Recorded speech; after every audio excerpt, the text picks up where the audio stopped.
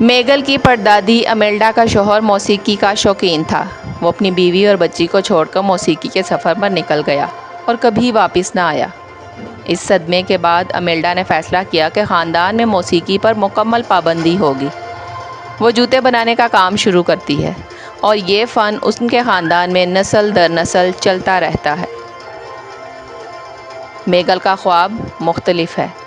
वो जूते नहीं बनाना चाहता बल्कि एक अजीम मौसीकार बनना चाहता है, जैसे उसका hero Ernesto de la Cruz, जो पूरे मेक्सिको में मशहूर सिंगर और अदाकार था। मेगल ने अपने घर की दीवार पर डी ला क्रूज़ के पुराने रिकॉर्ड्स और फिल्मों के पोस्टर लगाता है। वो छुप छुप कर गिटार बजाता है, गाता है। उसकी आवाज़ मीठी और धुन में भरपूर जज्बा होता है। लेकिन जब भी उसके ख़ानदान को ये इल्म होता है कि वो मौसीकी के करीब जा रहा है तो वो सख्ती करते हैं। उसकी दादी ख़ास तौर पर बहुत सख्त हैं और कहती हैं कि मौसीकी ने उनके ख़ानदान को तबाह किया। कहानी उस त्यौहार के दिन शुरू होती है जब पूरा मेक्सिको अपने मरहूम रिश्तेदारों को याद करता है। लोग अपने घरों में तस्वीरें लगाते, यादगारी मेज़ सजाते हैं ताकि रूहें वापस आएँ और उनसे मुलाकात करें। मेगल भी अपने ख़ानदान के साथ ये दिन मनाता है, लेकिन दिल ही दिल में वो मौसीकी की मोहब्बत से भरपूर है। आफ्रिंडा मेगल की परदादी है। एक दिन मेगल आफ्रिंडा के पास जाता है और अपने परदादा की तस्वीर को देखता है जो सालों से अधूरी है। उस तस्वीर में सिर्फ अमेल्डा और उनकी बेटी कुकू है, लेकिन शौहर का चेहरा फटा हुआ है। मेगल को शुबा होता है कि उसका परदादा शायद कोई और नहीं बल्कि अर्नेस्टो डी ला क्रूज़ है। वो खुशी से भर जाता है कि उसकी रगों में भी मौसीकी बहती है। शहर में मौसीकी का टैलेंट शो होने वाला होता है। मेगल वहाँ परफॉर्म करना चाहता है, लेकिन जब उसका ख़ानदान ये जान लेता है तो वो उसका गिटार तोड़ देते हैं। मेगल गुस्से में रोते हुए घर से निकल जाता है। मेगल शहर के म्यूज़ियम में जाता है जहाँ अर्नेस्टो डी ला क्रूज़ का मज़ार बना हुआ है। वहाँ उसका मशहूर गिटार रखा है। मेगल कहता है, मैं भी मौसीकी बजाने के लायक हूँ, ये मेरा हक है। वो गिटार बजाता है और अचानक एक जादू होता है। दुनिया के रंग बदल जाते हैं। ज़िंदा लोग उसको नहीं देख पाते, लेकिन वो मरे हुए रिश्तेदारों को देख लेता है। यानी मेगल लैंड ऑफ द डेड, मुर्दों की दुनिया में दाखिल हो जाता है। ये दुनिया रंगों, रोशनियों और मौसीकी से भरी हुई है। हर जगह ढांचे खुशी से नाचते और गाते हैं। मेगल अपने मरहूम ख़ानदान से मिलता है। वो सब हैरान रह जाते हैं कि एक ज़िंदा बच्चा उनकी दुनिया में कैसे आ गया। अमेल्डा कहती है कि वो मेगल को ज़िंदा दुनिया में वापस भेज सकती है, लेकिन एक शर्त पर, वो हमेशा मौसीकी से दूर रहेगा।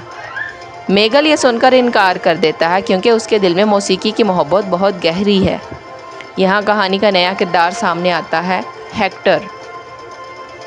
वो एक भटकता हुआ ढांचा है जो चाहता है कि कोई ज़िंदा उसकी तस्वीर को दुनिया में रखे ताकि लोग उसे याद रखें, वरना जब कोई भी याद ना करे तो रूह हमेशा के लिए मिट जाती है। मेगल और हेक्टर एक मुआहदा करते हैं। हेक्टर मेगल को अर्नेस्टो डी ला क्रूज़ तक ले जाएगा। बदले में मेगल दुनिया में हेक्टर की तस्वीर रखेगा ताकि उसकी याद बाकी रहे। बड़ी मुश्किलों के बाद मेगल आखिरकार अर्नेस्टो से मिलता है। शुरू में सब कुछ ख्वाब जैसा लगता है, उसका हीरो उसके सामने था, लेकिन जल्द ही सच्चाई सामने आती है। असल में अर्नेस्टो एक फ्रॉडिया था। उसने मेक्सिको में सबसे खूबसूरत गाने खुद नहीं लिखे बल्कि हेक्टर से चुराए थे। जब हेक्टर ने अपने ख़ानदान में वापस जाने की कोशिश की तो अर्नेस्टो ने उसे जहर देकर मार दिया और उसके गाने चुरा लिए। ये सुनकर मेगल की दुनिया टूट जाती है। मेगल को मालूम होता है कि हेक्टर दरअसल उसका असल परदादा है और अर्नेस्टो ने ना सिर्फ उसका ख़ानदान छीना बल्कि उसका नाम भी तारीख से मिटा दिया। मेगल, हेक्टर और अर्नेस्टो के दरमियान एक ज़बरदस्त टकराव होता है।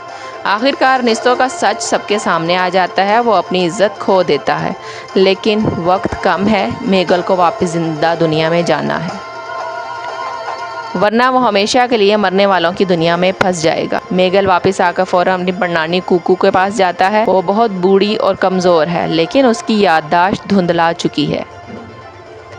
मेगल उसके सामने गिटार बजाकर हेक्टर का गाना रिमेंबर मी गाता है। आहिस्ता आहिस्ता कुकू को सब याद आ जाता है, उसके वालिद हेक्टर की आवाज़, उसकी मोहब्बत और उसके गाने। कुकू अपनी डायरी में हेक्टर के गाने संभाल कर रखती थी। इस तरह हेक्टर की याद जिंदा दुनिया में दोबारा जिंदा हो जाती है और वो मिटने से बच जाता है। कुछ वक्त बाद कुकू का इंतकाल हो जाता है, लेकिन उसकी यादों की बदौलत हेक्टर ख़ानदान का हिस्सा बन जाता है। मेगल का ख़ानदान मौसीकी पर पाबंदी ख़त्म कर देता है। सब मिलकर गाते और खुशी मनाते हैं। कहानी हमें यह सिखाती है कि ख़ानदान सबसे कीमती है। अपने ख्वाबों को कभी ना छोड़ो, लेकिन अपने रिश्तों की कदर करना भी ना भूलो। वो लोग जो हमसे बिछड़ जाते हैं, अगर हम उन्हें याद रखें तो वो कभी हकीकत में नहीं मरते।